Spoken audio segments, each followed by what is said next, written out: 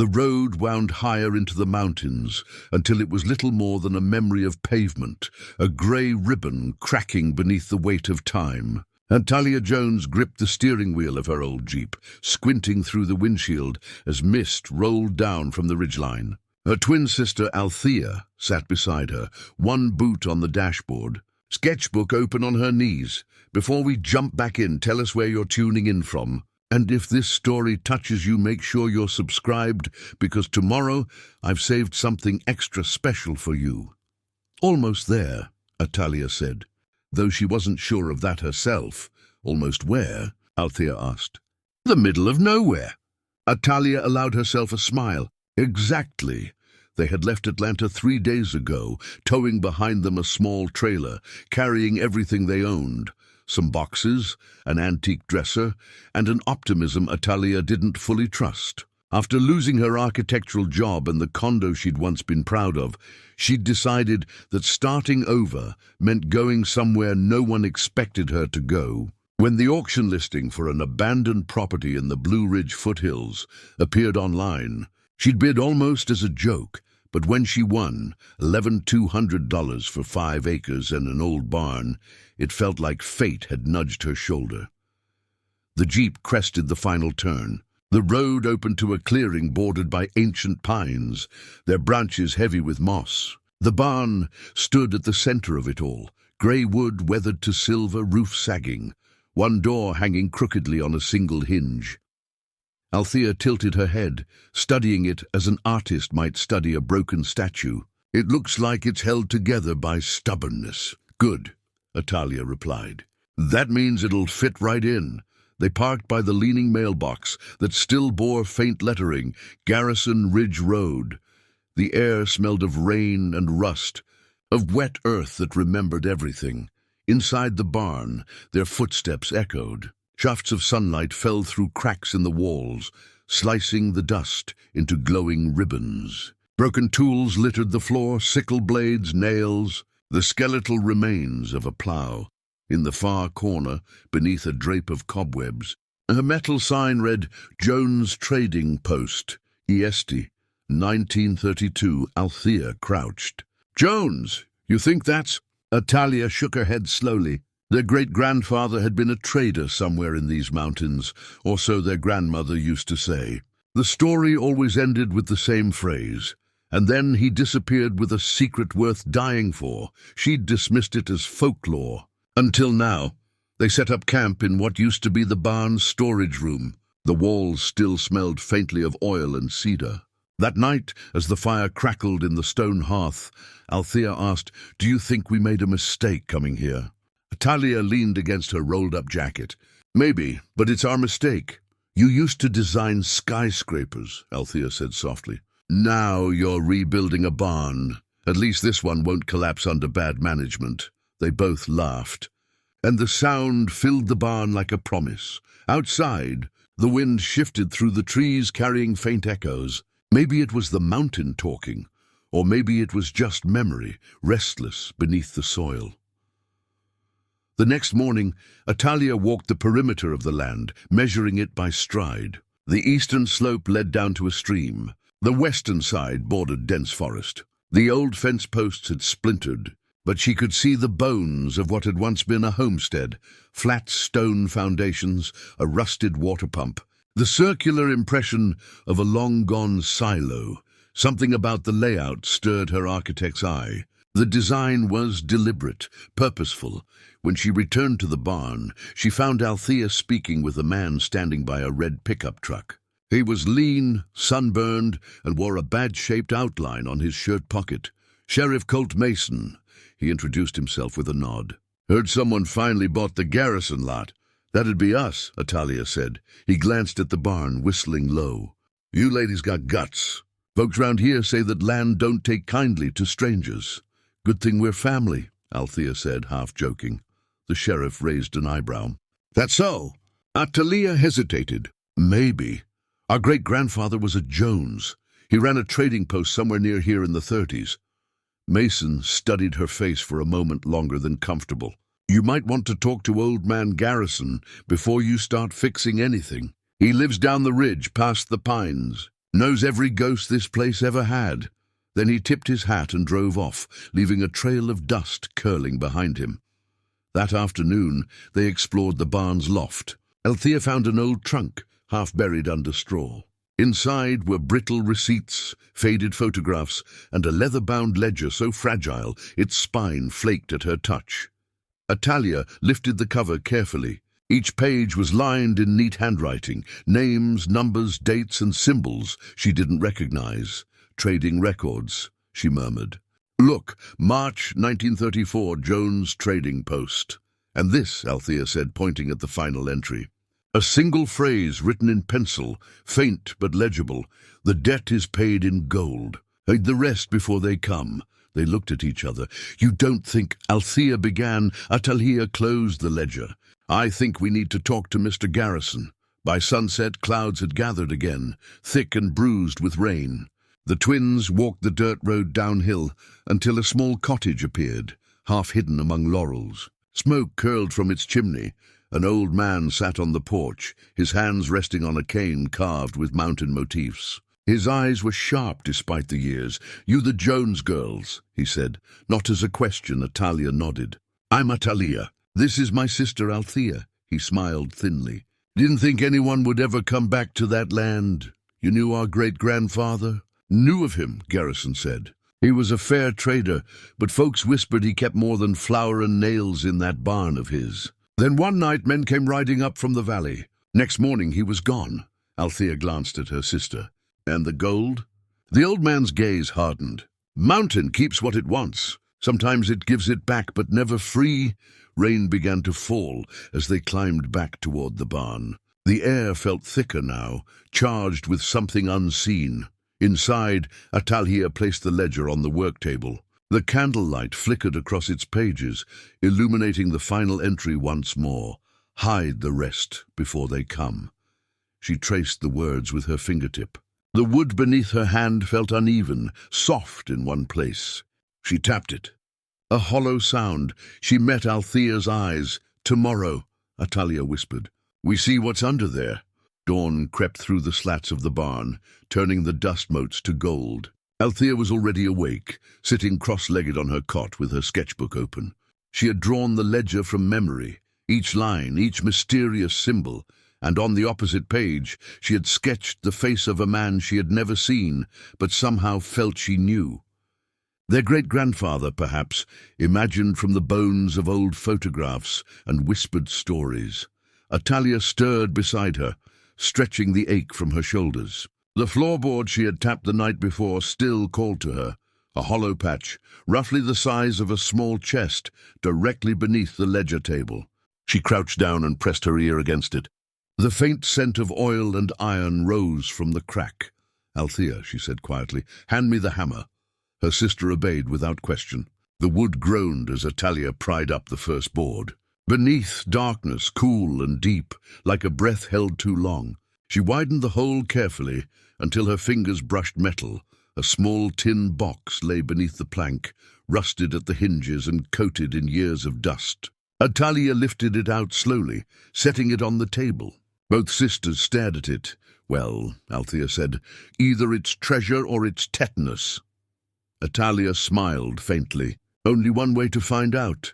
The box resisted at first, but with a sharp twist, the latch gave way. Inside were folded papers, a fountain pen, and a small photograph of a man standing beside a mule-drawn wagon, Jones Trading Post painted on its side. Behind him, the same barn, only new and bright like time had once loved it.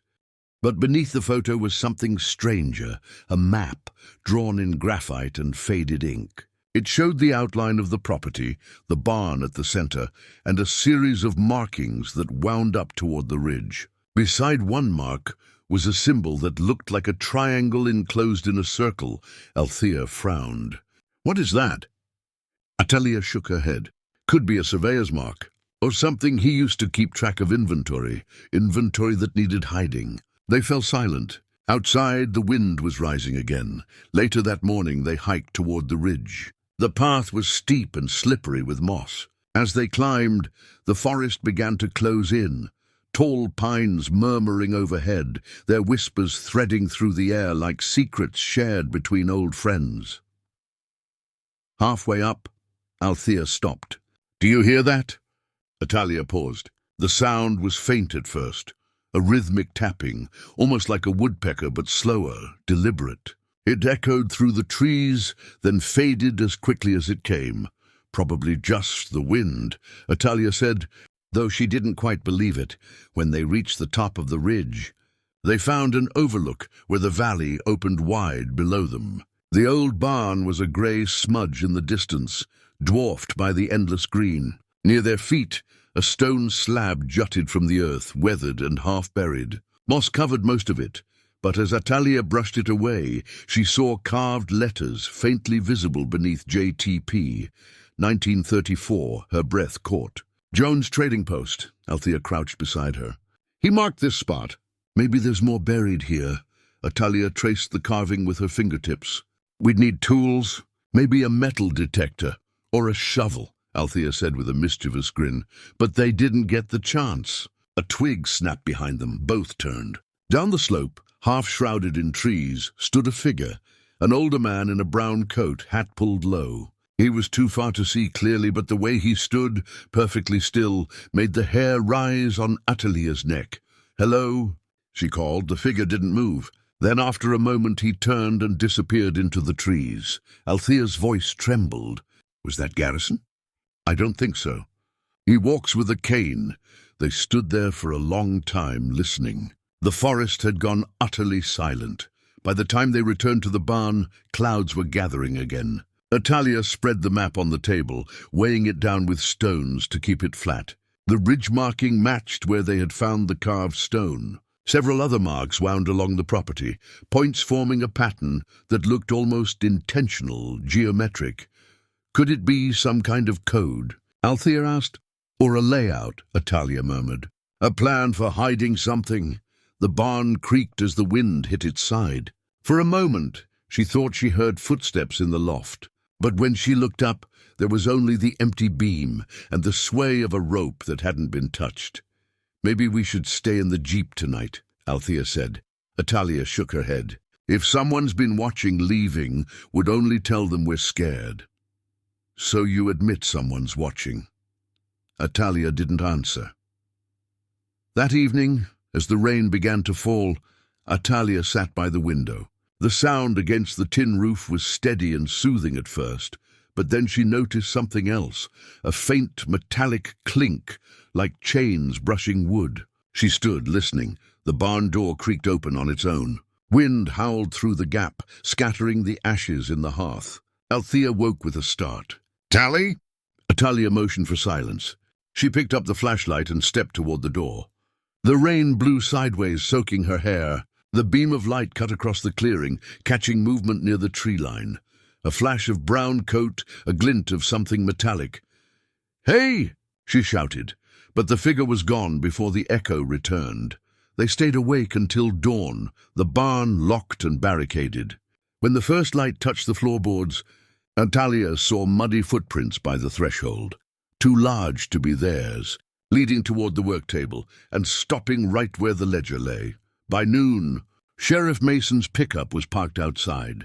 He examined the prints, then squatted by the door, touching the damp earth. "Whoever it was," he said, "they knew where to look." "You think it's someone local?" Atalia asked. "Could be," he said slowly. "This land's had its share of treasure hunters. Most come looking for the Jones gold." Atalia's stomach tightened. "You've heard that story?" "Everybody's heard it. During the Depression, your great-grandfather was rumored to have hidden a small fortune in the hills. Folks said he traded more than supplies, war bonds, maybe even contraband from the coast. But when he vanished, so did the gold. And you believe it?" Mason met her gaze. "Belief don't matter much around here. But greed, that's always real." He tipped his hat. "Lock up at night. And if you see anyone again, don't go chasing ghosts." That night, Althea couldn't sleep. She sat by the fire, sketching by candlelight. Her pencil moved without thought. First the barn, then the trees, then the ridge. When she finished, she froze. There, in the dark graphite shadows behind the trees, she had drawn a figure. a man with a wide-brimmed hat and a coat that reached his knees. She didn't remember adding him. She didn't even remember thinking of him. Outside, the wind began again, soft and slow, whispering through the pines, and somewhere far off, faint but distinct, came the sound of tapping. The storm passed overnight, but morning came heavy and grey. Fog clung to the valley like breath on glass. Atalia stood at the barn's open door, a mug of bitter instant coffee warming her hands, staring toward the ridge. The trees there looked different now, closer somehow, like they'd crept down a few feet in the dark. Behind her, Althea was sorting through the old trunk again, spreading papers across the table. "The ledger's got more than trade records," she said. "There are initials in the margins, JHWG, and something that looks like," she squinted, "R. Mason." Atalia turned. "Mason, like the sheriff?" Althea shrugged. "Could be a coincidence. Or maybe his family's been here that long." Atalia joined her at the table, tracing the faded lines with one finger. The handwriting near the end of the book was hurried, almost panicked. A few phrases stood out in darker ink. "Debt repaid. The trust betrayed. Keep it under God's house." "God's house," Althea repeated. "You think that means a church?" "There's no church on this property," Atalia said. "Unless he meant something else." Althea leaned back, chewing the end of her pencil. "Maybe it's like a code. A place he thought God would protect." Atalia closed the ledger gently. "Then we need to find it." They packed supplies and followed the stream east, guided by the map they'd found in the tin box. The air smelled of wet pine and iron. Birds flitted nervously through the branches, as if even they were unsettled by the quiet. Half an hour into the hike, Althea spotted something through the underbrush, a low stone structure, almost swallowed by vines. It wasn't large enough to be a house, more like a shed built of stacked river rock. The roof had collapsed, and one wall had caved inward, revealing a narrow opening half buried in leaves.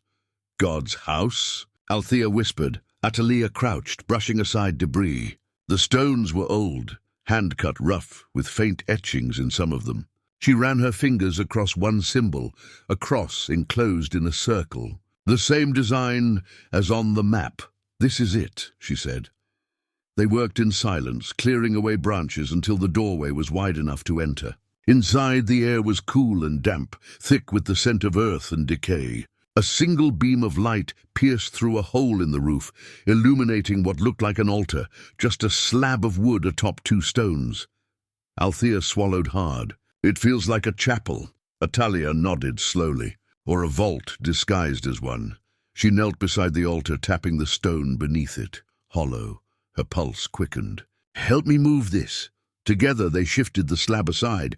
Beneath was a small recess, lined with planks that had long since rotted. Inside lay a metal cylinder, capped and sealed with wax. Althea's breath hitched. "Is that—" Atalia lifted it carefully. The cylinder was cold and surprisingly heavy. "Let's get it back to the barn." Back inside, they placed the cylinder on the table. Althea fetched a kitchen knife to pry the wax loose. The seal cracked with a pop, and the faint scent of oil and age filled the air. Inside were rolled papers bound with string and a small pouch of coins, old U.S. gold pieces, tarnished but unmistakable. Althea gasped. "Oh my God, Tally, this is real." Atalia unrolled the papers. They weren't letters or ledgers. They were bonds issued by the U.S. Treasury, dated between 1932 and 1938. She counted quickly. "There's got to be at least 50 of them. Are they worth anything?" Atalia stared at the faded ink, her hands trembling slightly. "If these are real and still valid, they could be worth millions." The air between them seemed to thicken. Outside, the rain started again, light and steady, as if the mountain itself were listening. Althea reached for the ledger. "There's something written beside that last entry. Look." Atalia leaned in. Below "hide the rest before they come" was a faint scrawl she hadn't noticed before. "Trust Mason to deliver." The sisters exchanged a glance. "R. Mason," Atalia said. It wasn't just a trader's partner. He meant the Mason family. So Sheriff Mason's great-grandfather? Maybe, which means— She stopped, the realization dawning cold and slow. If someone else is looking for this, they might have a claim. Althea bit her lip. You think that's why someone's been watching the barn?" Atalia didn't answer. She was thinking of the footprints, the tapping in the woods, the man in the brown coat. The mountain wasn't just keeping secrets, it was stirring them awake. That afternoon, a knock echoed on the barn door. Sharp, deliberate. Althea froze. Atalia opened it to find a man in a tailored jacket standing in the rain, holding an umbrella. "His shoes were too clean for mountain soil, Miss Jones," he asked, voice smooth as polished wood. "I'm Franklin Dyer. I represent the estate of the late Robert Mason." Atalia's grip tightened on the doorframe. "And what does that have to do with me?"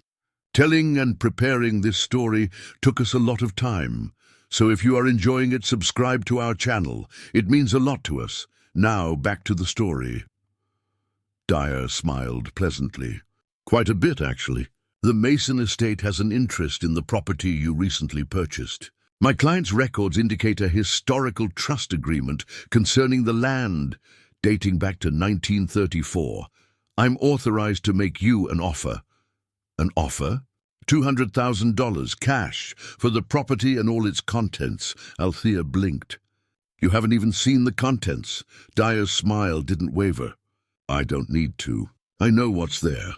Atalia stepped forward, blocking the doorway. "The land's not for sale." He studied her face, eyes cold now.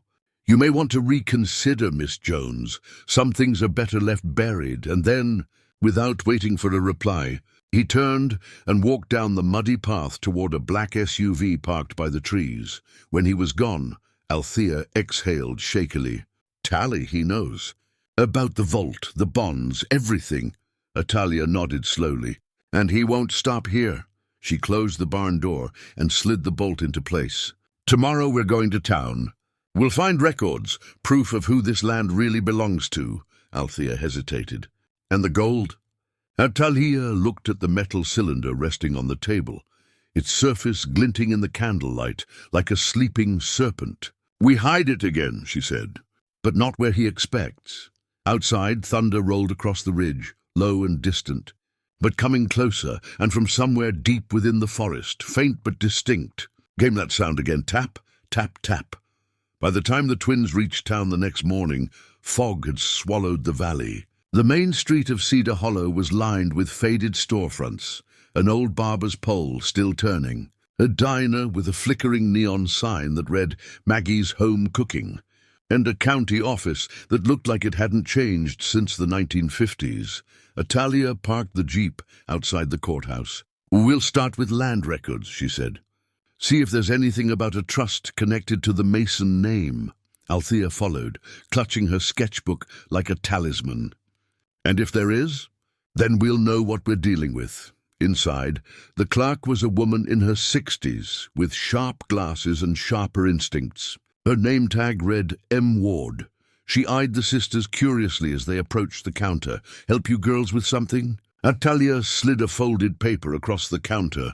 "The deed to their property. We bought this lot from a county auction. We're looking for any historical records tied to it. Ownership transfers, trusts, anything from the 1930s onward." Margaret Ward studied the paper, then nodded. "That's old land. Garrison Ridge. Belonged to a trading company once. Jones Trading Post, if I recall right. Then it went dormant after the war. You know about the Trading Post?" Althea asked. "Only what's in the archives." Margaret leaned closer, lowering her voice. "But if you're smart, you'll be careful what you dig up. Some things out here were buried for good reason." Atalia held her gaze. "I'll take that risk." The clerk sighed, disappearing into the back room. When she returned, she set down a thick leather ledger and a stack of yellowed papers. "Here, everything we've got." An hour later, they were still poring over the documents at a corner table. Most of it was routine, deeds, surveyor maps, tax assessments. But then Atalia found it. A single-page contract dated 1934, signed by Elias Jones and Robert Mason. Her pulse quickened. "Here, look." The document described a trust for the preservation of assets until equitable division, witnessed by the Cedar Hollow Bank. Below the signatures was a handwritten note in faded ink. "Transfer of property to heirs pending resolution." So there really was a trust. Althea said softly. Atalia nodded. And if Mason's estate still exists, that lawyer might actually have a claim. But why show up now, after all these years? Atalia didn't have an answer. She copied the file number and tucked the paper into her bag. "We'll need copies of everything," she told the clerk. Margaret Ward gave her a long look before stamping the forms. "You girls remind me of someone," she murmured. "Elias Jones's granddaughter came through here once. Oh, must have been 40 years ago. Said she was looking for her father's legacy. Never saw her again. They left the courthouse just as the sun dipped behind the ridge. The main street glowed orange in the fading light, but the air felt uneasy, too still." Althea tugged her coat tighter. "Let's grab dinner before we drive back." Inside Maggie's diner, the smell of frying onions and coffee filled the air. A few locals sat scattered among the booths. Behind the counter, a short woman with silver hair poured coffee into chipped mugs. "Sit anywhere you like," she called. "Kitchen's closing soon." They slid into a booth near the window. Althea ordered soup. Atalia settled for coffee. As they waited, she noticed a man sitting alone at the far end of the counter, his back turned. Brown coat, wide-brimmed hat, the same silhouette they'd seen on the ridge. Her breath caught. "Althea," she whispered. Her sister followed her gaze. The man stirred his coffee without looking up. Then, as if sensing their eyes, he tilted his head slightly, enough for them to see the pale scar that cut across his cheek. "That's him," Althea said under her breath. "The one watching the barn." Atalia forced her voice steady. "Stay calm. We leave when I say." The waitress set down their order, oblivious to the tension. Atalia slipped a few bills under the cup and rose, motioning for Althea to follow. But when she turned toward the door, the man was already gone. Outside, dusk had deepened to blue shadow. The street was empty. Only the rustle of leaves and the distant hum of a generator filled the silence. Althea gripped her sister's arm. "He's playing with us." Atalia scanned the alley beside the diner. A piece of paper fluttered against the wall, tucked beneath the wiper of their jeep. She pulled it free. Scrawled across the paper in pencil were 5 words. "You don't own what's buried." Her stomach turned cold. They drove back in silence. The fog had thickened again, curling across the road like smoke. When they reached the barn, the air felt electric, humming with the storm that hadn't yet arrived. Althea lit the lantern while Atalia checked the locks. Everything seemed untouched, until she noticed the ledger lying open on the table. She hadn't left it that way. On the open page, a new line had been written in fresh ink, the handwriting shaky but deliberate. "The trust is broken. Take only your half." Althea's voice trembled. "Who did that?" Atalia swallowed. "Someone who's been inside. They didn't sleep that night." Every creak of the barn felt amplified, every gust of wind a footstep. Atalia sat by the ledger, her mind racing. Take only your half. If the bonds and coins were part of a divided trust, that meant someone else, someone from the Mason side, was entitled to the rest. And Franklin Dyer's sudden appearance was no coincidence. Near midnight, Althea dozed off. Atalia stepped outside for air. The forest loomed silent and vast, moonlight painting the pines in silver. She walked toward the edge of the clearing, where the mist drifted low to the ground. That's when she saw it. A faint glow between the trees, flickering like a lantern moving through the woods. "Hello?" She called no answer. She took a few cautious steps forward, boots crunching on wet leaves. The light moved again, slowly, deliberately, then vanished. A voice floated from the darkness, low and rough. "You're not the first Jones to come looking." Atalia froze. "Who's there?"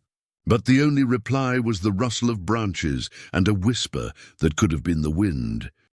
"Turn back before it's too late." When she returned to the barn, Althea was awake, pale and shaking. "I heard someone walking outside," she said. "I thought it was you." Atalia locked the door and blew out the lantern. "Whoever they are, they want us scared." "And it's working," Althea admitted, voice small. Atalia took her sister's hand. "Then let's make them think we are. Tomorrow we start digging." Outside, thunder rolled across the mountains, closer now, echoing off the ridge. The stranger's words lingered in Atalia's mind as she lay awake. "You're not the first Jones to come looking." If that was true, then what had happened to the last? The storm hit before dawn, hammering the old barn with sheets of rain. Thunder cracked across the ridge like cannon fire, shaking the beams overhead. Water seeped through gaps in the roof and pooled around the floorboards, where the sisters had stacked boxes of old trading ledgers and coins. Atalia crouched near the door, watching the rain cascade down. "We can't dig today," she muttered. "Ground's too soft." Althea sat cross-legged by the crates, sorting through the latest finds, rusted tins, a fragment of a wooden sign that read Jones Trading and General Supply, and a bundle of envelopes sealed in wax. "This was hidden on purpose," Althea said, gently prying one open. Inside was a folded letter dated 1939, written in faded ink. "To whom it may concern, if you are reading this, the vault remains sealed. Keep it that way. There are debts that gold can't repay, and ghosts that don't forgive." Elias Jones, Atalia, exhaled slowly. He was warning someone. Or himself, Althea whispered. They heard a noise then, soft but unmistakable, a creak of the outer gate. Atalia's hand went to the revolver she kept in the drawer. She motioned for her sister to stay still. Through the rain-streaked window, she saw a shape move past the barn. Tall, broad-shouldered, carrying something like a lantern. But this light didn't flicker yellow. It glowed cold and white, cutting through the mist. The shape paused by the oak tree, then vanished again into the storm. Atalia's jaw tightened. "He's back." "Who?" Althea's voice shook, the man from the diner. When daylight finally broke, grey and thin, the storm had passed. Mud clung to their boots as they stepped outside. The field was a sea of puddles, but the trail of footprints near the oak was clear, deep impressions leading toward the ridge, ending abruptly beside a large stone half buried in moss. Atalia knelt. The stone was flat, almost rectangular, with faint carvings at the edge. She brushed away dirt and roots until the words appeared. "Mason, 1934. She looked up, heart pounding. "A grave? Or a marker?" Althea said, crouching beside her. "This could be where the vault is." They worked through the morning, clearing debris. Beneath the stone was compacted earth and a thin seam of rusted metal. Althea tapped it with her trowel. It rang hollow. Atalia's pulse quickened. "It's a hatch." She fetched the crowbar from the jeep and wedged it beneath the edge. The metal groaned but didn't give. "Help me!" Together they pried until the seal broke with a hiss of stale air. The smell that rose up was old, earth, iron, and something faintly chemical. A ladder descended into darkness. Althea swallowed hard. "You sure about this?" Atalia's lantern flickered to life. "We've come too far to stop now." The passage below was narrow and damp, lined with timber beams blackened by age. Water dripped steadily somewhere in the dark. After 10 feet, the tunnel widened into a chamber. Lantern light revealed crates stacked along the walls, covered in mildew and dust. Some had labels: medical supplies, mining equipment, food rations. Others were unmarked. Althea opened one crate. Inside were glass bottles filled with clear liquid. Another held tin canisters sealed with wax. "This looks military," she whispered. Atalia nodded. "Cold War storage, maybe. But why bury it under a family property?" She turned toward the far wall and froze. A steel door stood embedded in the rock, the hinges thick with corrosion. Etched above it were 3 letters. JMT. Althea ran her fingers over the engraving. "Jones Mason Trust, or Jones Mason Tomb," Atalia murmured. She tried the handle. It didn't move, but a small keyhole glinted in the lantern's beam. She reached into her coat and pulled out the old brass key they'd found inside the ledger weeks ago. It fit perfectly.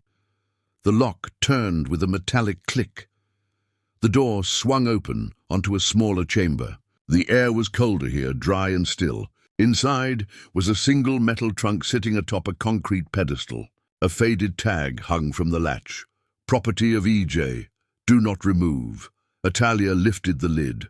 Inside lay stacks of old bearer bonds, thick envelopes of cash, and a velvet pouch heavy with gold coins. But beneath the treasure was something stranger, a bundle of letters and a small leather-bound journal. She opened it. The handwriting was the same as in the 1939 letter, March 3rd, 1935. Mason thinks the vault is secure, but he doesn't understand the danger. We took more than money from the mine. The veins were mixed with something else, something they wanted for the war. If anyone finds this, burn it. Don't let them dig deeper. Althea looked over her shoulder. Something they wanted for the war? You think he meant uranium? Or worse, Atalia said quietly. Whatever it was, it's still here. A faint hum filled the chamber then, a mechanical vibration, barely audible but growing stronger. The lantern light flickered. Atalia, Althea's voice wavered. Do you feel that? Before Atalia could answer, the steel door behind them slammed shut with a deafening clang. Darkness swallowed them. Althea screamed, dropping the lantern. The light shattered, plunging them into black. Atalia! I'm here! She shouted, fumbling for her lighter. The tiny flame flared to life, revealing the sealed door. She pounded against it, no use. It wouldn't budge. Then, from the other side of the door, came the sound of boots on stone. Someone was up there. Hey! She shouted. Who's there? The footsteps stopped, a pause. Then a man's voice, low and calm. Should have listened to the letter, Miss Jones. Atalia froze. Dyer, the lawyer's voice echoed faintly through the metal. You were never supposed to find this. That vault belongs to the trust and to the government that built it. Walk away and maybe I'll forget this happened.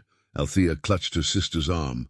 He's going to seal us in. The hum grew louder. The air seemed to vibrate. Atalia felt her skin prickle.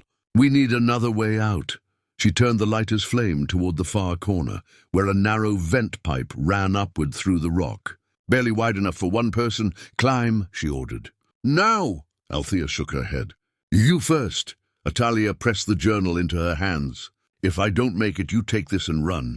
It's the proof. Don't say that, Althea pleaded. We both make it, but the sound outside changed again, the sharp crack of a latch being sealed, followed by Dyer's fading voice. You never should have come back to the mountains. Then silence. Atalia lifted herself into the vent, scraping her arms on the metal. Althea followed close behind, clutching the journal. Above them, faint light filtered through a grill.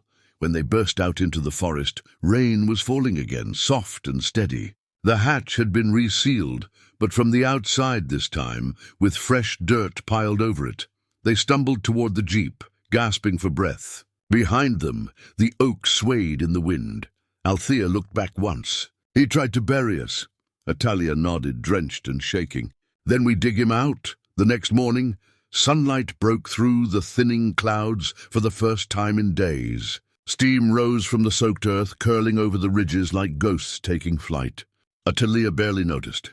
She sat on the porch steps with a bandaged arm and the journal open on her lap, reading and rereading Elias Jones's final entries until the words blurred. Althea came out carrying 2 mugs of coffee. You didn't sleep. Atalia accepted the mug without looking up. Could you? After what we saw? Althea sat beside her. I keep thinking about what he said. They took something from the mine. You think Dyer knows what it is? Atalia nodded grimly. He's not just some lawyer. He's working for someone who does. She flipped to the last page of the journal. The handwriting grew erratic, the ink smeared as if written in a hurry. They'll come for it soon. Mason thinks he's protecting the town, but he's protecting a lie. If my family ever returns, tell them not to dig where the water runs red. Althea frowned. The water runs red. Like iron or contamination, Atalia murmured. We're taking this to town. The road to Ridgefield wound through dense forest, the kind where cell signals disappeared and silence had weight. By the time they reached Main Street, the sun was high, and the few locals out were sweeping storefronts or sipping coffee outside the diner.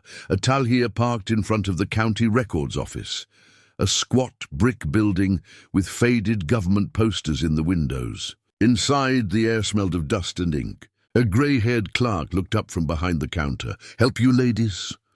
Atalia placed the deed and the old ledger on the desk. We bought the Jones property off Forrester Realty last month. We need to check historical records. particularly from the 1930s, anything tied to the Mason family or government mining leases. The clerk squinted. That's a lot of digging. You got a reason? Let's just say something came up. He shrugged. All right, give me a few hours. They spent the wait at the diner. Althea picked at her sandwich while Natalia scanned the room.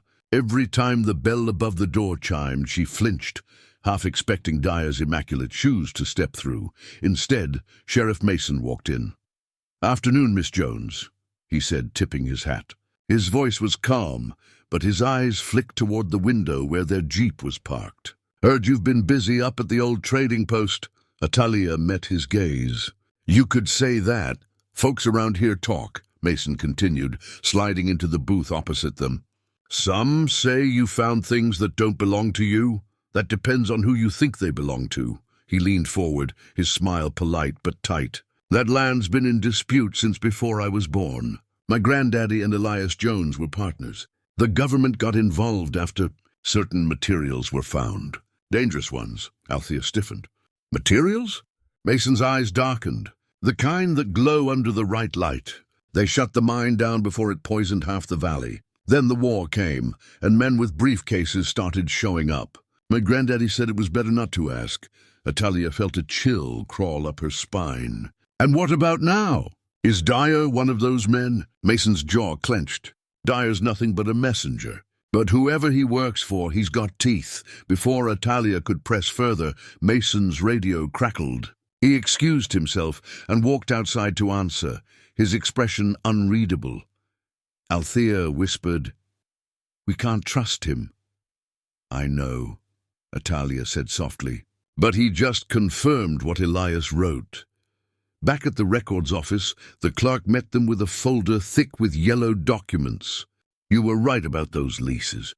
Jones and Mason co-owned the property under a government trust. After 1939, the site was classified, transferred to something called Project Harvest." He handed them a faded report stamped confidential in red ink.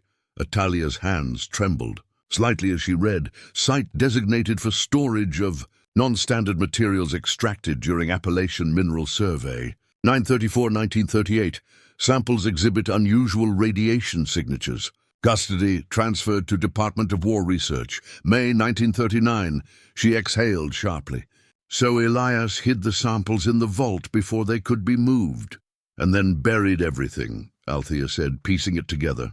"The gold, the bonds, they were just cover. The real secret was what they mined." The clerk glanced between them nervously. "You ladies best be careful with that file. The last person who asked for it was that Dyer fella." Natalia's stomach dropped. "When?" "Yesterday morning." They drove home in silence, the journal and files spread across Althea's lap. As they climbed the last turn before their property, Althea pointed out the window. "Tally, look, tire tracks, fresh ones, leading up the muddy drive to the barn." Natalia killed the engine and motioned for quiet. They crept forward, moving low. The barn door was ajar, swinging slightly in the wind. Inside, chaos. Boxes overturned, papers strewn, the cylinder that once held the bonds now empty on the floor. The vault key was gone. "Dyer," Althea whispered. Natalia's throat tightened. "He's found another entrance." They searched the barn in frantic silence until Althea noticed the footprints, larger than theirs, heading toward the stream. "He's headed for the old hatch," she said. Natalia grabbed her flashlight and revolver. "Then we stop him before he opens what shouldn't be opened." By the time they reached the site, dusk had fallen. The oak loomed above, its wet branches glistening. The fresh earth around the stone marker had been disturbed again, shovels, tire ruts, and the faint smell of diesel. A black SUV sat nearby, lights off. Natalia motioned to her sister. "Stay behind me." They approached silently, the flashlight beam slicing through mist. The hatch stood open, the metal ladder gleaming wetly. "Someone's down there," Althea breathed. Natalia crouched by the edge and listened. Voices echoed faintly up the tunnel, Dyer's and another man's, deeper and sharper. "Seal it once we're done." "No witnesses," her pulse hammered. "He's destroying the vault." She looked back at her sister. "We can't wait." Without another word, she climbed down. The tunnel air was thick and electric. Two flashlights bobbed ahead, Dyer and another man in a grey coat kneeling by the trunk. The deeper-voiced man lifted something from inside. A dull metal canister, small but ominously heavy.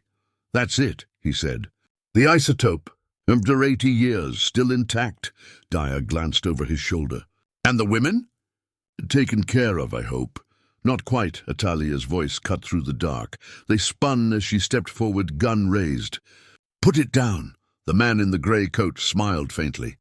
"You have no idea what this is, Miss Jones. This isn't treasure, it's a weapon." "Then why hide it in my family's land?" "Because your ancestors stole it," he said simply. "And now you've unearthed the curse he tried to bury." Atalia steadied her hand. "Step away!" Before he could move, a shot rang out, not hers. The bullet struck the wall beside her, spraying dust. Dyer had drawn his pistol. Atalia dove behind a crate, firing back. The chamber filled with smoke and echoes. Althea's voice shouted from above, "Tally, run!" Atalia yelled. But then, through the chaos, her light caught something. The canister rolling across the floor, its seal cracked, a faint hiss escaping. The man in grey cursed. "You fools!" The air began to shimmer, heat rising like mirage waves. Atalia grabbed the journal and ran for the ladder. "Althea, go!" They burst into the night just as the first explosion tore through the ground. The blast shook the ridge. Fire erupted from the hatch, and a column of red smoke spiraled into the sky, glowing faintly as if lit from within. The oak tree burned. Atalia pulled her sister toward the jeep, both of them coughing from the smoke. Behind them the earth trembled and the barn lights flickered. What was that? Althea gasped. Atalia looked back, face streaked with ash. Whatever they buried, it's waking up. The explosion had shaken the whole valley. For hours after, the mountain smoldered, its slopes veiled in red smoke that glowed faintly under the moon, as if the earth itself were bleeding. Atalia and Althea didn't sleep that night. They sat by the jeep at the edge of the property, wrapped in blankets, their faces streaked with soot. The barn was gone, nothing left but twisted beams and drifting ash. The air reeked of sulfur and metal. Atalia finally spoke, her voice hoarse. "It wasn't just a mine. It was a testing site." Althea hugged her knees. "For what?" Atalia stared into the distance, where a low orange glow still pulsed in the soil. Something they couldn't control. By sunrise, the sheriff's trucks had arrived, flashing lights cutting through the fog. Men in hazmat suits combed the wreckage, while Mason himself stood at the perimeter, shouting orders. When he saw the sisters, he strode over, his face drawn and pale. "You two are lucky to be alive," he said. Half the ridge went up like a furnace. Dyer's SUV was vaporized. Atalia didn't flinch. "Good." Mason rubbed the back of his neck, glancing toward the crater. "The radiation readings are off the charts. Whatever was down there, it wasn't gold." "I know," Atalia said. "It was Project Harvest." He froze. "Where'd you hear that name?" Althea stepped forward, clutching the scorched journal. "From Elias Jones, our great-grandfather." Mason's expression shifted from disbelief to something else. Fear. "You have his writings?" Atalia nodded. "He warned us not to dig where the water runs red." Mason's shoulders sagged. Then he knew what he was hiding. He motioned to a deputy. "Get them out of here. Federal teams are on their way. This whole area is about to be locked down." "Federal?" Althea asked. "How did they know already?" Mason hesitated, looking up the road where two black SUVs were approaching, unmarked tinted windows. "Because they never left, Miss Jones. They've been watching this mountain since 1939. The sisters were escorted to the edge of town, where they sat in a makeshift emergency shelter set up at the high school gym. Reporters had begun to gather, though no one seemed to know what really happened. The official story was simple. Old mining explosives detonated after decades underground, but Atalia saw through it. The government wasn't there to clean up, they were there to cover up. Althea handed her a bottle of water. "Tally, if they find out we took the journal..." Atalia placed the deed and the old ledger on the desk. "We bought the Jones property off Forrester Realty last month. We need to check historical records, particularly from the 1930s, anything tied to the Mason family or government mining leases. The clerk squinted. That's a lot of digging. You got a reason? Let's just say something came up, he shrugged. All right, give me a few hours. They spent the wait at the diner. Althea picked at her sandwich while Atalia scanned the room. Every time the bell above the door chimed, she flinched, half expecting Dyer's immaculate shoes to step through. Instead, Sheriff Mason walked in. "Afternoon, Miss Jones," he said, tipping his hat.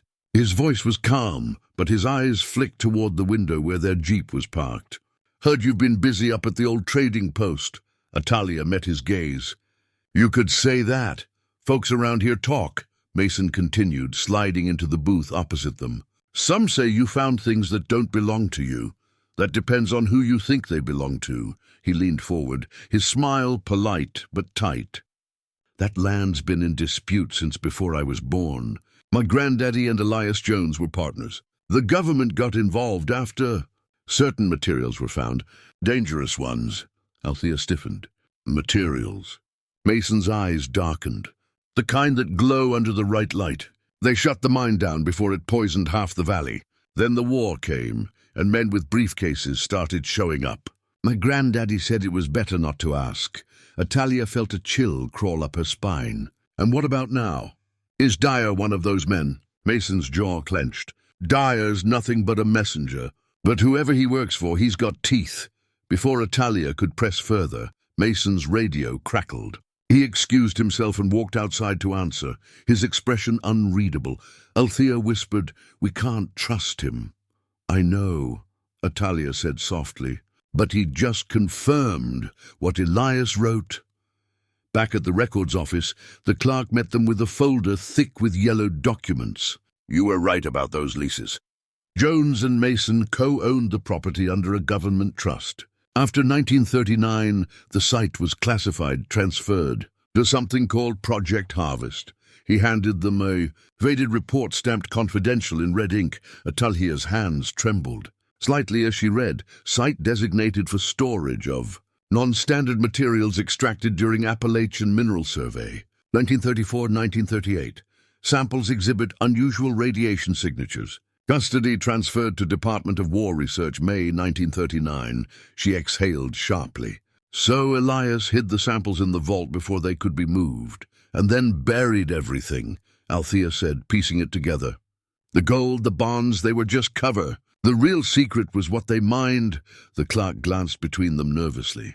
"You ladies best be careful with that file. The last person who asked for it was that Dyer fella." Atalia's stomach dropped. "When?" "Yesterday morning." They drove home in silence, the journal and files spread across Althea's lap. As they climbed the last turn before their property, Althea pointed out the window. "Tally, look, tire tracks, fresh ones, leading up the muddy drive to the barn." Atalia killed the engine and motioned for quiet. They crept forward, moving low. The barn door was ajar, swinging slightly in the wind. Inside, chaos, boxes overturned, papers strewn. The cylinder that once held the bonds now empty on the floor. The vault key was gone. "Dyer," Althea whispered. Atalia's throat tightened. "He's found another entrance." They searched the barn in frantic silence until Althea noticed the footprints, larger than theirs, heading toward the stream. "He's headed for the old hatch," she said. Atalia grabbed her flashlight and revolver. "Then we stop him before he opens what shouldn't be opened." By the time they reached the site, dusk had fallen. The oak loomed above, its wet branches glistening. The fresh earth around the stone marker had been disturbed again. Shovels, tire ruts, and the faint smell of diesel. A black SUV sat nearby. Lights off. Atalia motioned to her sister. "Stay behind me." They approached silently, the flashlight beam slicing through mist. The hatch stood open, the metal ladder gleaming wetly. "Someone's down there," Althea breathed. Atalia crouched by the edge and listened. Voices echoed faintly up the tunnel, Dyer's and another man's, deeper and sharper. "Seal it once we're done." "No witnesses," her pulse hammered. "He's destroying the vault." She looked back at her sister. "We can't wait." Without another word, she climbed down.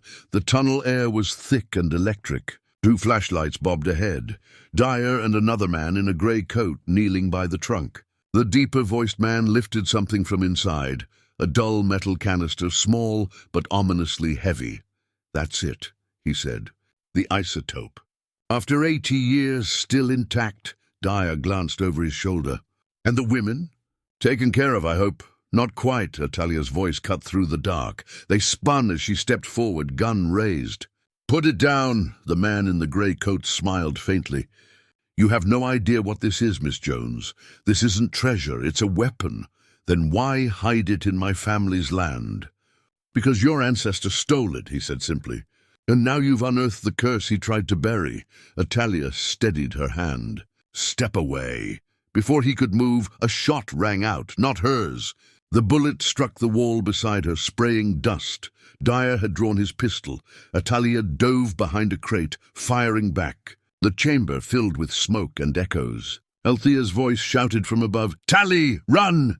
Atalia yelled, but then, through the chaos, her light caught something, the canister rolling across the floor. Its seal cracked, a faint hiss escaping. The man in grey cursed. "You fools." The air began to shimmer, heat rising like mirage waves. Atalia grabbed the journal and ran for the ladder. "Althea, go!" They burst into the night just as the first explosion tore through the ground. The blast shook the ridge. Fire erupted from the hatch, and a column of red smoke spiraled into the sky, glowing faintly as if lit from within. The oak tree burned. Atalia pulled her sister toward the jeep, both of them coughing from the smoke. Behind them, the earth trembled and the barn lights flickered. What was that? Althea gasped. Atalia looked back, face streaked with ash. Whatever they buried, it's waking up. The explosion had shaken the whole valley. For hours after, the mountains smoldered, its slopes veiled in red smoke that glowed faintly under the moon, as if the earth itself were bleeding. Atalia and Althea didn't sleep that night. They sat by the jeep at the edge of the property, wrapped in blankets, their faces streaked with soot. The barn was gone, nothing left but twisted beams and drifting ash. The air reeked of sulfur and metal. Atalia finally spoke, her voice hoarse. "It wasn't just a mine. It was a testing site." Althea hugged her knees. "For what?" Atalia stared into the distance, where a low orange glow still pulsed in the soil. "Something they couldn't control." By sunrise, the sheriff's trucks had arrived, flashing lights cutting through the fog. Men in hazmat suits combed the wreckage, while Mason himself stood at the perimeter, shouting orders. When he saw the sisters, he strode over, his face drawn and pale. "You two are lucky to be alive," he said. Half the ridge went up like a furnace. Dyer's SUV was vaporized. Atalia didn't flinch. "Good." Mason rubbed the back of his neck, glancing toward the crater. "The radiation readings are off the charts. Whatever was down there, it wasn't gold." "I know," Atalia said. "It was Project Harvest." He froze. "Where'd you hear that name?" Althea stepped forward, clutching the scorched journal. "From Elias Jones, our great-grandfather." Mason's expression shifted from disbelief to something else, fear. "You have his writings?" Atalia nodded. "He warned us not to dig where the water runs red." Mason's shoulders sagged. "Then he knew what he was hiding." He motioned to a deputy. "Get them out of here. Federal teams are on their way. This whole area is about to be locked down." "Federal?" Althea asked. "How did they know already?" Mason hesitated, looking up the road where two black SUVs were approaching, unmarked tinted windows. "Because they never left, Miss Jones. They've been watching this mountain since 1939. The sisters were escorted to the edge of town, where they sat in a makeshift emergency shelter set up at the high school gym. Reporters had begun to gather, though no one seemed to know what really happened. The official story was simple. Old mining explosives detonated after decades underground, but Atalia saw through it. "The government wasn't there to clean, they won't," Atalia said firmly. "We hide it again, but not on the land. Somewhere they'd never think to look." "Miss Jones," he said smoothly, "we need to ask you some questions about your property." Atalia met his gaze, unflinching. "You mean about the vault you failed to contain for 80 years? His jaw tightened. "Careful, Miss Jones. This isn't a fairy tale about treasure anymore. You've stumbled into something above your clearance. Althea stepped between them. We almost died. We deserve answers. He ignored her, focusing on Atalia. Where's the ledger? Atalia's lips curled into a faint, defiant smile. Burned, like the rest of the past. A flicker of irritation crossed his face, but he said nothing more. If you remember anything else, contact us. When he left, Althea whispered, he didn't believe you. He doesn't have to, Atalia said. He just has to think the truth's gone. Later that evening, the sisters walked out behind the gym toward the re-up. They were there to cover up. Althea handed her a bottle of water. Tally, if they find out we took the journal. Before Althea could answer, a man in a black suit approached. His badge flashed briefly. Department of Energy, Miss Jones, he said smoothly. We need to ask you some questions about your property. Atalia met his gaze, unflinching. You mean about the vault you failed to contain for 80 years? His jaw tightened. Careful, Miss Jones. This isn't a fairy tale about treasure anymore. You've stumbled into something above your clearance. Althea stepped between them. We almost died. We deserve answers. He ignored her, focusing on Atalia. Where's the ledger? Atalia's lips curled into a faint, defiant smile. Burned, like the rest of the past. A flicker of irritation crossed his face, but he said nothing more. If you remember anything else, contact us. When he left, Althea whispered, he didn't believe you. He doesn't have to, Atalia said. He just has to think the truth's gone. Later that evening, the sisters walked out behind the gym toward the riverbank. The water glowed faintly under the moon, an eerie crimson shimmer. Althea knelt, dipping her fingers in. It's really red, Atalia nodded grimly. He wasn't talking in riddles. He meant this. Then whatever was buried, it's leaking now. Atalia stared out across the dark valley. And it's spreading. They buried the journal in a metal box beneath a willow tree near the river's bend, sealing it tight.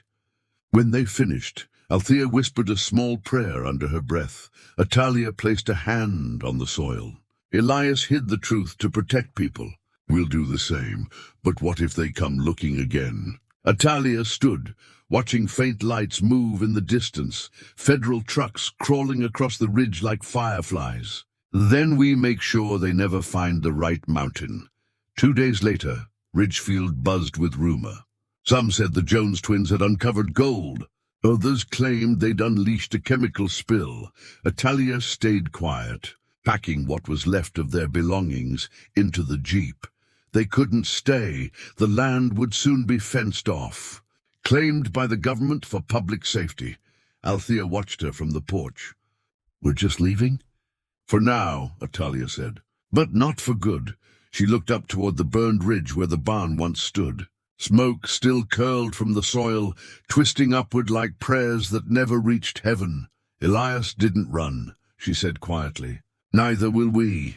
That night they drove west along the old mountain road, the headlights carving tunnels through mist. The forest hummed around them, alive, whispering, as if remembering their footsteps. Atalia kept one hand on the wheel, the other resting on the worn leather of the journal's twin, the copy she'd made before burying the original.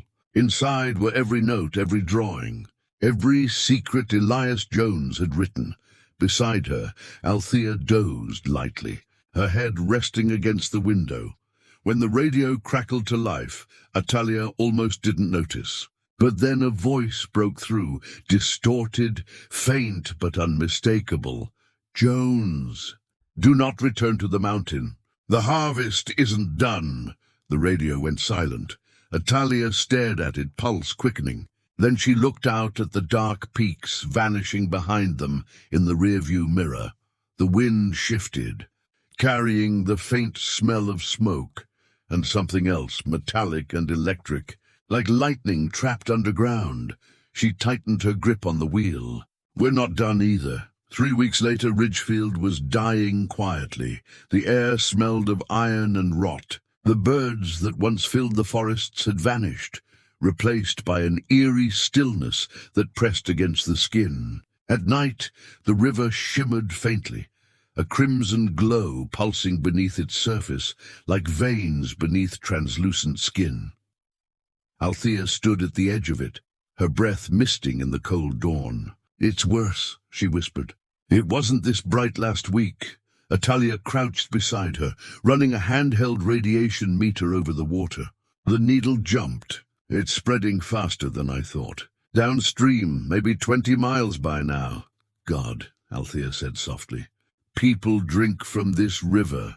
They won't for long." Atalia pocketed the meter and stared upriver toward the ridge, where government tents and cranes now littered the landscape. "They're calling it a clean-up, but they're not cleaning anything. They're collecting." "Collecting what?" "Samples, proof, whatever's still alive down there." Althea shivered. "Alive?" Atalia didn't answer. They'd moved into a small cabin farther west, a safe distance from the quarantine zone. The radio played emergency broadcasts every few hours, warnings about contaminated runoff and temporary evacuation orders.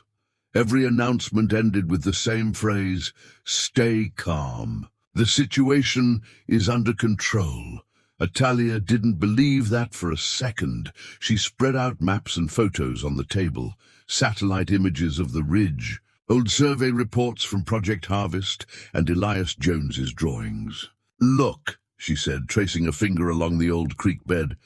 "The mine didn't start at our property. It ran under half the valley. The government only sealed one entrance." Althea leaned in. "You think there are more vaults?"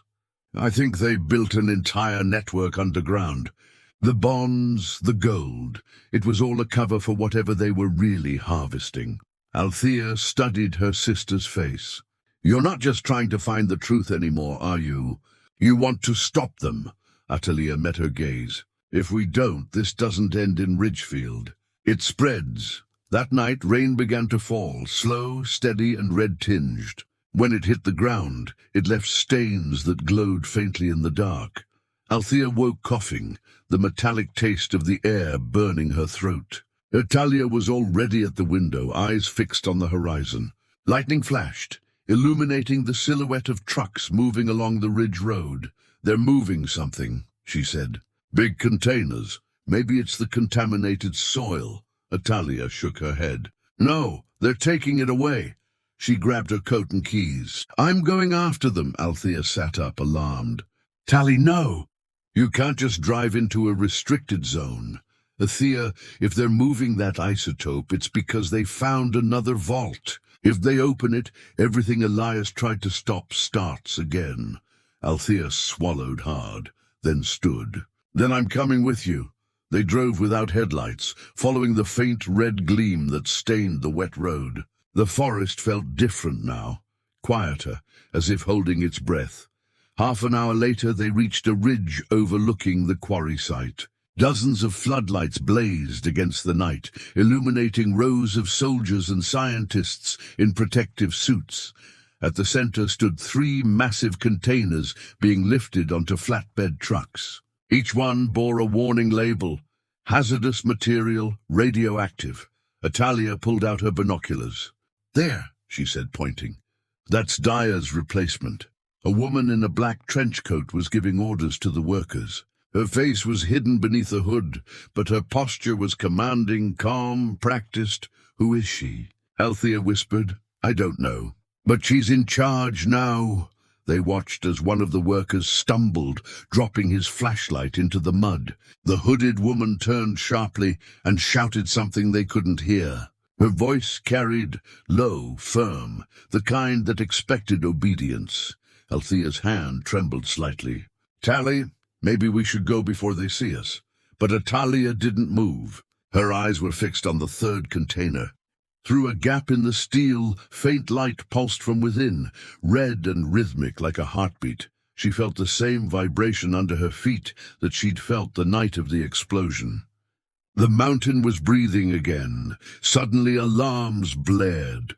Workers scattered as a plume of smoke erupted from the largest container. The ground shook. A blast of heat rolled up the ridge. "Go!" Atalia shouted. They sprinted for the jeep as red mist billowed from the site, curling through the trees. The engine roared to life. tires skidding on wet gravel. Behind them, another explosion ripped through the quarry. A column of crimson fire shot into the sky, lighting the valley like a second sunrise. God, it's happening again. Althea cried. Atalia gritted her teeth, driving faster. No, it's worse. The radio crackled again, this time with the same voice from before, distorted, urgent. Jones' sisters. The vaults are connected. If one burns, the others wake. Find the map beneath the river. Stop the harvest. Althea stared at the radio. Who is that? Atalia didn't answer. She just drove, the glow in the rearview mirror spreading across the horizon like wildfire. By dawn, they reached the next town, Hollow Creek. But even here, the river shimmered. The contamination had followed the current, painting the water a sickly red. Althea stood on the bridge, trembling. How do we stop this? Atalia pulled Elias's copybook from her pack and flipped to a page she hadn't dared read before. In his final entry, he had drawn a circle surrounded by 7 crosses, each marked with a name. The vaults are one body. Break the heart, and the veins will die. The heart, Atalia whispered. The main vault. It's under the old mine. Althea stared at her. You want to go back? Atalia closed the book. We don't have a choice. That evening, as they prepared to leave, the phone in the cabin rang. A landline, one they hadn't even realized was connected. Althea answered hesitantly. Hello? The voice on the other end was calm, feminine, and chillingly familiar. You shouldn't have come this far, Miss Jones. Elias tried to stop us once. He failed. Don't make the same mistake. Althea's face went pale. Who is this? The one who keeps the harvest. The line went dead. Atalia stood at the doorway, staring out toward the dark silhouette of the mountain. The wind carried the faint scent of burning pine and something older, something buried. They know we're coming, she said quietly. Althea swallowed hard. Then we'd better hurry. The road back to Ridgefield was unrecognizable. Where forest once stretched like a green sea, there were now craters, burnt tree trunks, and a haze that glowed faintly in the night air. The mountain loomed ahead, its peak split by the earlier explosions, a dull red light flickering within the scar like a wound that refused to close. Atalia tightened her grip on the steering wheel. If we don't reach the mine before they do, everything Elias tried to hide will be gone forever. Althea sat in silence beside her, staring at the map open across her lap. 7 vaults, she murmured, 7 veins, and 1 heart. Right under the Jones Ridge mine, Atalia said. The old one he sealed himself. Lightning flashed as they turned onto the gravel road that led toward their property. The jeep jolted over fallen branches, the smell of ozone and smoke thick in the air. When they reached the barn, the place was almost unrecognizable. The roof had half collapsed, and the wood was scorched black from the fire weeks before. Yet the earth around it vibrated faintly, pulsing with the same red glow that had haunted their dreams. Althea stepped out, clutching her coat tighter.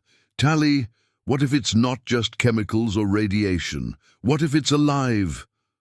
Atalia didn't answer. She went straight to the well behind the barn, the one their great-grandfather had dug by hand in 1933. She knelt beside it, brushing away soot and ash, until she found a faint carving along the stone lip, a circle with 7 crosses around it. The same symbol from his notes, she said. The heart is beneath us. She looked up at the barn. Help me move what's left of the floor. Together they pried up the charred boards, revealing a layer of concrete beneath. Althea ran her fingers along the surface, finding a faint seam. He poured this himself, she said. Atalia found a sledgehammer among the tools and swung hard. The first hit cracked the air. The second sent a fine mist of dust rising. On the third, a chunk broke loose, revealing a hollow space below. A cold wind surged up from the gap, and with it, a whisper. Both women froze. It wasn't the wind. Return what was taken. The voice was faint, echoing like something spoken through water. Althea stumbled back. Tally, that wasn't the wind. Atalia's heart pounded, but she kept her focus. Grab the flashlight. They widened the opening enough to crawl through. A ladder, rusted and fragile, descended into blackness. Atalia went first, the beam of her light cutting through layers of dust and spider webs. The air grew colder the deeper they went, until it felt like stepping into the lungs of the earth itself. At the bottom, the tunnel opened into a vast chamber lined with steel supports. At the center stood a massive sphere, half metal, half something that looked organic, pulsing faintly with red light. Veins of glowing minerals spread from its base, threading through the walls like roots. Althea's voice trembled. That's it. The heart. Atalia stepped closer. Elias called it the core. He said it was never supposed to be found again. She ran her hand along a nearby console, old, dust-covered gauges marked with radiation warnings and the seal of the Department of Energy. There were notes scrawled in chalk on the wall. Seal breach, 1957, containment incomplete. Althea stared at the sphere. It's alive, isn't it? Atalia swallowed hard. It's not life like we know it. It's the byproduct of something they mined, an isotope that mutated underground. It feeds on energy, and it's been sleeping until the vaults opened. Althea turned toward her sister, eyes wide with realization. When the explosions happened, it woke up, Atalia finished. A deep rumble rolled through the ground. The light inside the sphere flared brighter, almost blinding. The walls vibrated, dust raining from the ceiling, and then a new light appeared, white, harsh, mechanical. "Step away from the core," a voice shouted. Atalia turned to see figures in hazmat suits descending the tunnel ladder. The woman in the black trench coat was among them, her hood pulled back now to reveal sharp grey eyes and a face lined by years of command. "I warned you, Miss Jones," she said calmly. "But you didn't listen," Althea gasped. "You're the voice on the phone." The woman nodded. "Dr. Clara Dyer, my father began Project Harvest. I'm here to finish it." Atalia squared her shoulders. "You're not finishing anything. This thing will destroy every river, every valley." Dyer smiled thinly. "No, my dear. It will renew them. Controlled radiation accelerates growth, evolution. Elias Jones saw it first, but he was weak. He sealed it away instead of harnessing it." "That's a lie," Atalia said. "He tried to stop you." "He tried to stop progress." Dyer motioned to her team. "Take the samples. Prepare containment. We're reopening the channel." Atalia stepped in front of the core. "You'll have to kill us first." Dyer's gaze hardened. "If that's what it takes." Before anyone could move, the ground convulsed. The sphere split open, releasing a shockwave of red light that knocked everyone off their feet. The air filled with the sound of metal tearing and the deep resonant hum of something waking after a century of sleep. Atalia grabbed Althea's hand. "Run!" They sprinted toward the ladder as the core pulsed violently behind them, tendrils of molten light snaking across the floor. One of Dyer's men screamed as it touched him, the light swallowing him whole, leaving only ash. The ladder shook as they climbed, heat rising like breath from a furnace. Atalia pushed Althea upward. "Go! Don't look down!" They burst out into the wrecked barn as the ground beneath them split open, the red glow spilling out like magma. The mountain roared, a sound that wasn't just physical. It was angry. Dyer's voice echoed faintly from below. "It's too late, Jones. You can't stop it now." Atalia stumbled into the rain, dragging her sister toward the jeep. The mountain behind them erupted, a column of crimson light spearing the clouds, thunder following like a scream. Althea gasped between breaths. "Tally, what do we do?" Atalia turned toward the blazing ridge, the light reflected in her eyes like fire. "We finish what Elias started." That night, as the rain turned the ash into mud, and the world trembled. Beneath the awakening mountain, the Jones sisters prepared for the final act. Althea loaded supplies into the jeep, rope, tools, and the last of Elias's journals. Atalia stood at the doorway of the cabin, staring at the glow in the distance. "Tomorrow," she whispered. "It ends." Althea came to stand beside her, slipping her hand into her sister's. "Together," Atalia squeezed her hand. "Always." The earth rumbled again, faint and far, like the mountain answering back. The rain hadn't stopped for 3 days. It fell in thick, relentless sheets, washing red dust and ash down the mountain into the valley below. Ridgefield was gone, swallowed by mud and silence, but the mountain still breathed. Atalia stood in the doorway of the cabin, wrapped in her grandfather's old canvas coat. The sky burned faintly above the ridge, a pulsing crimson glow that refused to fade. It was no longer a wound, it was a heartbeat. Behind her, Althea packed the last of their things into waterproof bags, maps, Elias's ledgers. The vial of purified isotope Atalia had extracted from the core during their escape. "You're really going back in there," Althea said quietly. Atalia didn't turn around. "I have to. The isotope's unstable. If it spreads into the aquifer, it'll poison every river from here to Kentucky." Althea's voice broke. "You said you'd finish what Elias started, not die for it." Atalia turned then, her eyes tired but steady. "I'm not planning to die. I'm planning to seal it once and for all." She lifted the small metal cylinder from the table, a containment capsule they'd built together, using scraps from old mining equipment. Inside, the purified isotope shimmered faintly like trapped light. Althea hesitated, then reached into her jacket and pulled out something wrapped in cloth. "He wanted you to have this," she said, unfolding it carefully. It was Elias's old pocket watch. The backplate was engraved with a single word, "Return." Atalia took it gently, her throat tight. He knew this day would come. The jeep couldn't make it up the washed-out road, so they went on foot. The climb was slow, the mud clinging to their boots, thunder rolling overhead.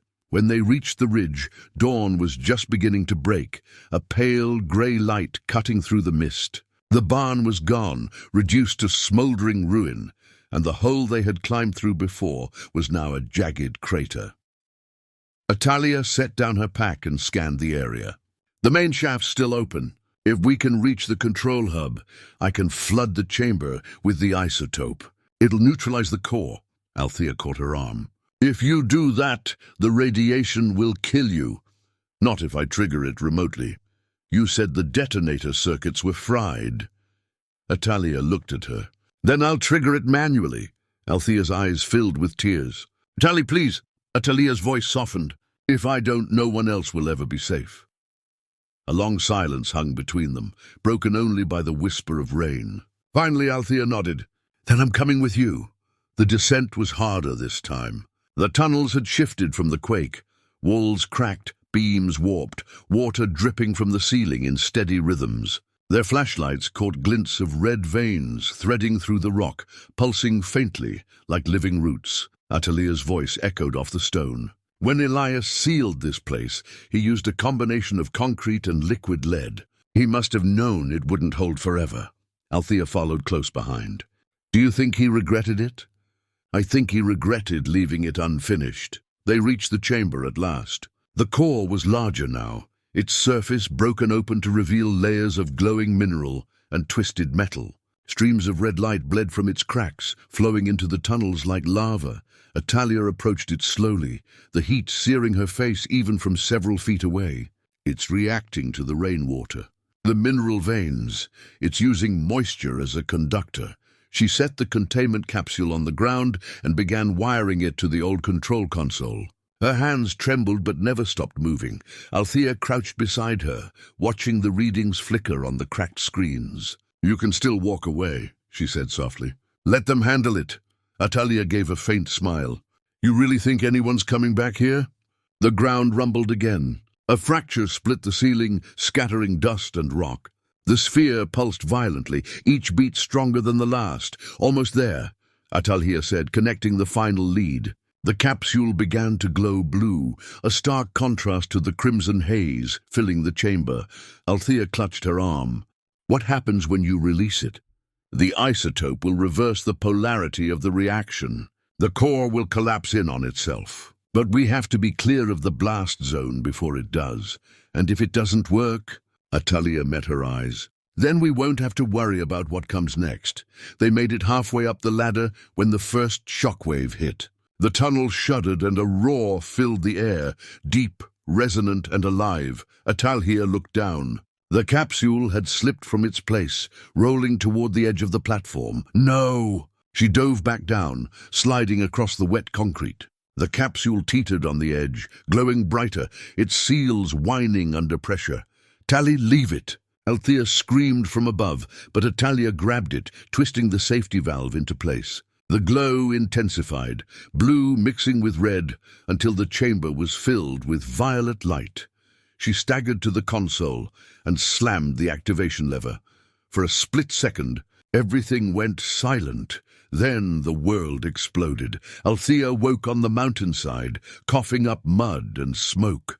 The sky was white, pure, blinding white, and the rain had finally stopped. The air smelled clean. She sat up slowly, head pounding. The crater below was gone, replaced by a smooth basin of stone, the faint shimmer of mist rising from it. "No red light, no sound, Tally," she whispered.